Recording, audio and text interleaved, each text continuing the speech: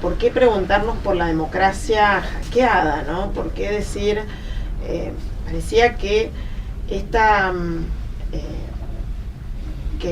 desde la década de los 80, en que efectivamente el tema de lo democrático era tema de agenda, y el desafío era primero un poco la persistencia de garantizar, después de experiencias históricas de que ningún gobierno democrático terminaba y demás, la experiencia desde el 55 en adelante, parecía que preservar la democracia era un bien en sí mismo, pero también rápidamente esto de democratizar los mayores niveles o la mayor cantidad de espacios sociales posibles. Y después dejó de estar en la agenda nuestra el tema de la democracia, porque empezamos como a transitar caminos de elecciones sucesivas y pareció que era un camino andado y ganado y que ya no era un problema la democracia. Lo que en la década de los 90 apareció como un conflicto, no fue de la democracia, sino de la democracia como tal. No se la veía la democracia amenazada, sino cuál era la capacidad o no de los partidos, en ese caso mayoritarios, de trasvestirse, algunos usaron ese término, que fue y en implementar las políticas neoliberales, en ese sentido antipopulares, desde las estructuras de partidos populares. Ese fue como el dilema en términos políticos, de todo lo que significó en términos de retroceso, pero fue como galvanizar, garantizar gobernabilidad y galvanizar la posibilidad de gobernar a la sociedad argentina con medidas absolutamente antipopulares, pero con niveles de legitimidad democrática que permitieron ese proceso. Sin duda, para muchas de nosotros, la reelección de Menem fue en ese sentido una sorpresa, porque no hubiera pensado cómo, con el nivel de despidos, etcétera, que implicó sobre todo los procesos de privatización. Sin embargo, bueno, hubo una de las hipótesis era el disciplinamiento que había ejercido las hiperinflaciones en la última etapa, en los últimos años de la década de los 80, generaron con la dolarización, el 1 a 1, una cierta estabilidad que generó grandes niveles de consenso. Luego, bueno, todos conocemos la historia de cómo se fue desgastando eso y entramos en procesos de recambio que desembocaron, en el caso de Argentina, en el 2003 y la posibilidad de revertir, de transitar un periodo en el que la hegemonía neoliberal fue puesta en cuestión, y al igual que en muchos países de la región, y transitamos lo que, bueno, la primavera de los gobiernos populares en América Latina, con distintas características cada una. Esa etapa que tuvo como grandes avances para la sociedad argentina, para cada una de las sociedades. Creo que estos días, en relación a la situación de Lula, otra vez hemos refrescado datos de Brasil que son elocuentes de qué significó el gobierno de Lula para las mayorías populares. Bueno, se transformaron en la negra noche neoliberal nuevamente, y nuevamente volvemos a plantearnos el escenario de las resistencias y el escenario la acción política en clave de resistencia al neoliberalismo. A mí me parece que hay dos cuestiones que hay, por el tipo de actores, de personas, de sujetos que estamos acá, que valdría la pena reflexionar. Por un lado, me parece que el tema de, que ya varias cosas mencionó Norberto, el tema de de esta mañana también se dijo, lo de la batalla cultural. A mí me gusta más llamarla la disputa por el sentido común.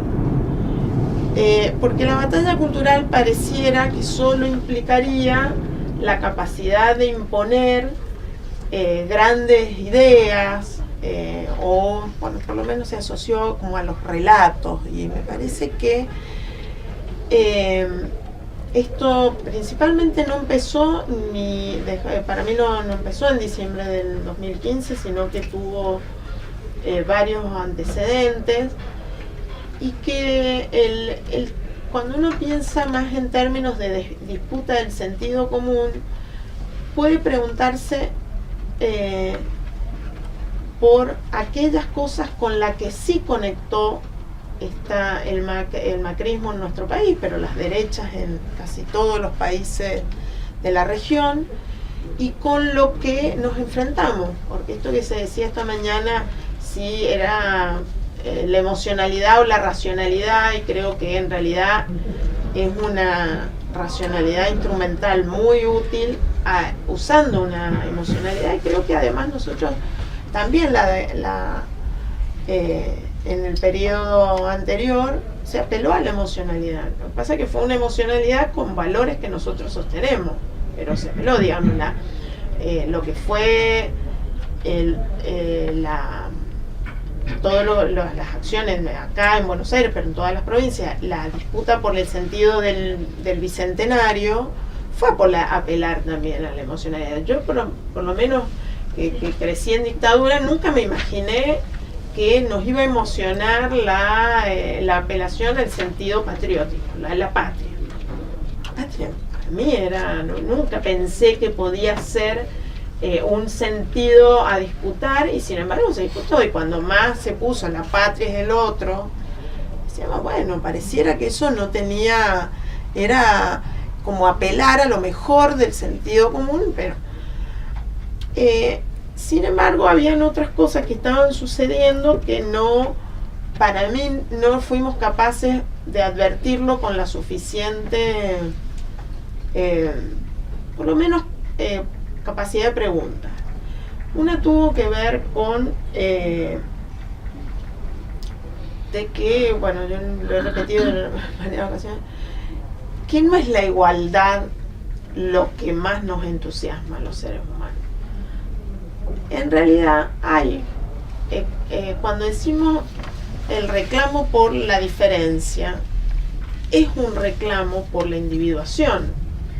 Y los procesos de individuación tienen al mismo tiempo un proceso de no colectivización, digamos, si uno lo piensa en términos.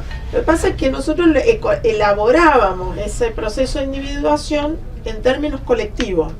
¿Sí? Hablábamos nosotros, era como una cosa, y además lo hacíamos desde espacios que nos legitimaban en nuestras acciones, porque legitimaban nuestras organizaciones, legitimaban nuestra forma de hacer.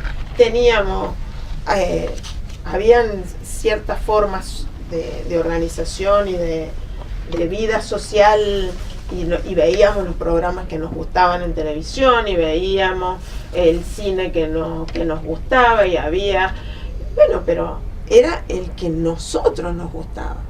Y al mismo tiempo, en términos económicos, se consolidaba, se trabajó un modelo económico en que la distribución de la riqueza, creo que además tenía que ver con el incentivo al consumo. Y el consumo tiene un nivel de individuación y un nivel de hedonismo importante, o sea que no es que uno consume y a la vez se está fijando que, o sea, puede tener niveles importantes de solidaridad y querer que todos consuman. Pero a su vez, eso va performateando un tipo de subjetividad que la satisfacción está dada por nuevamente consumir, y eso va llevando un correlativo de diferenciación en que la igualdad se transforma en una amenaza.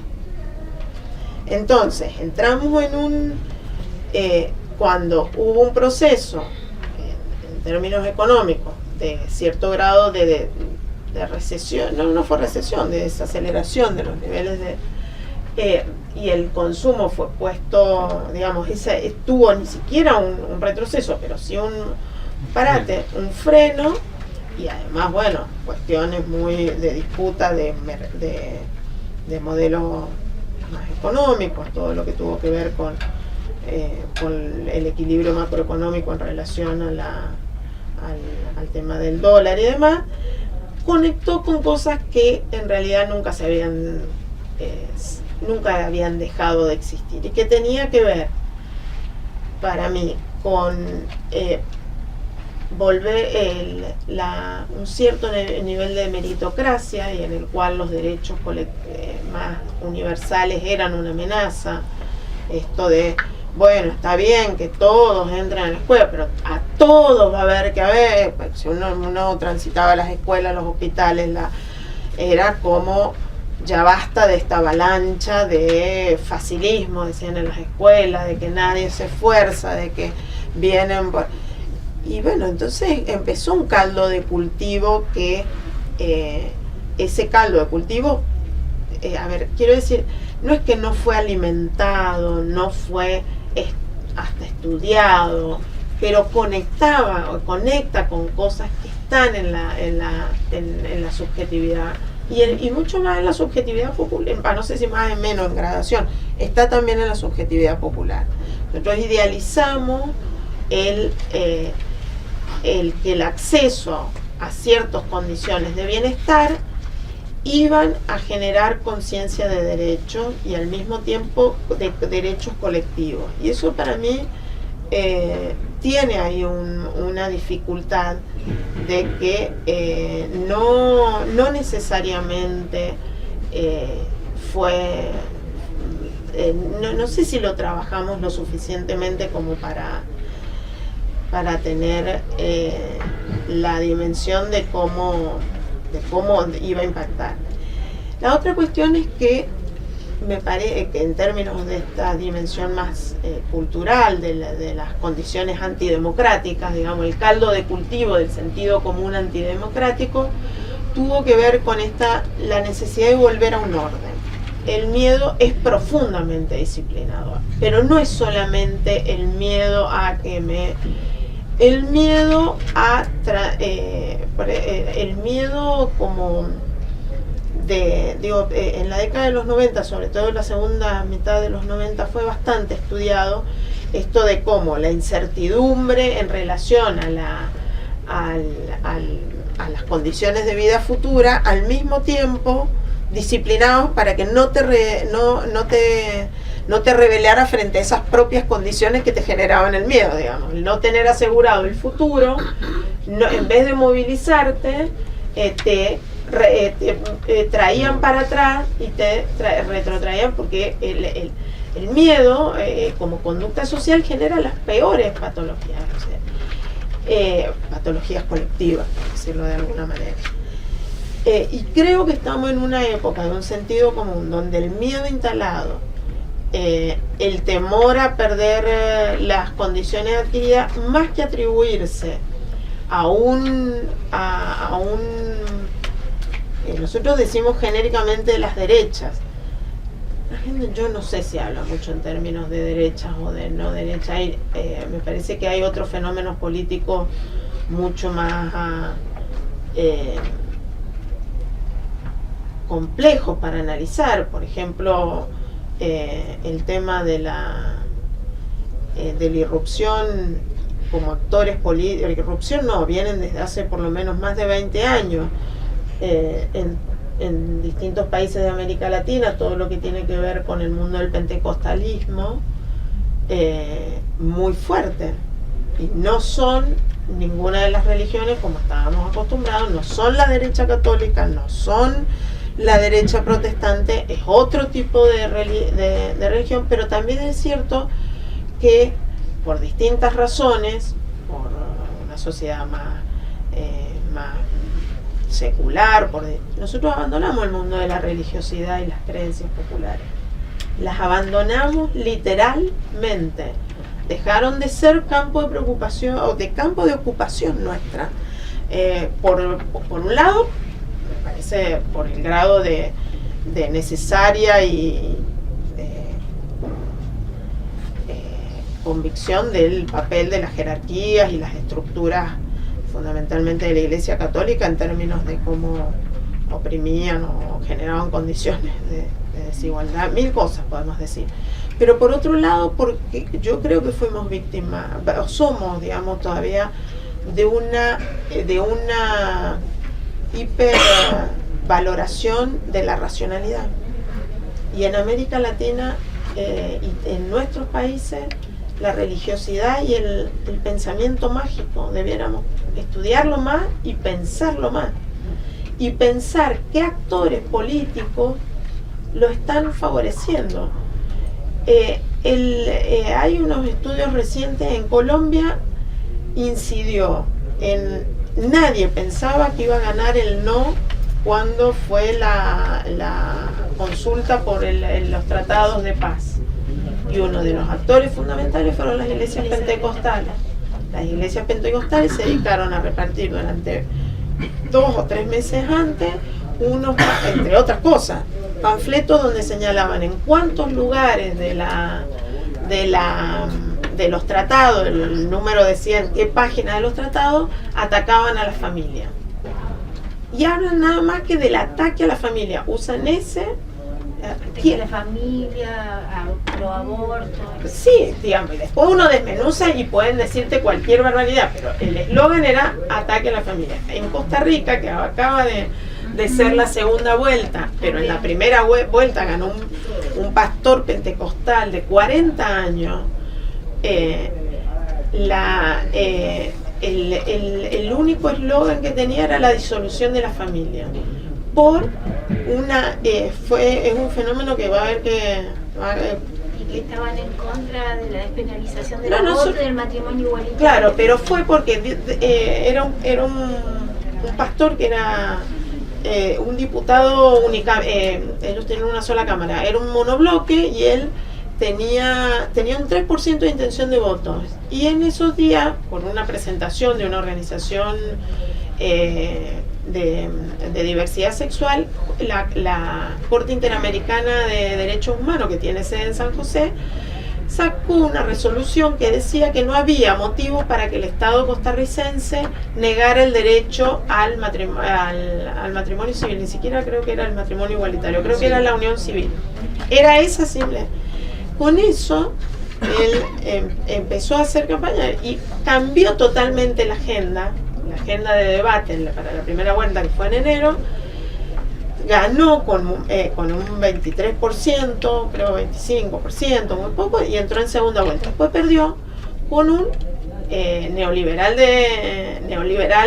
moderno, sería en términos de Nathanson, y lo celebró todo el mundo, porque era frente a una cuestión de un fundamentalismo muy marcado.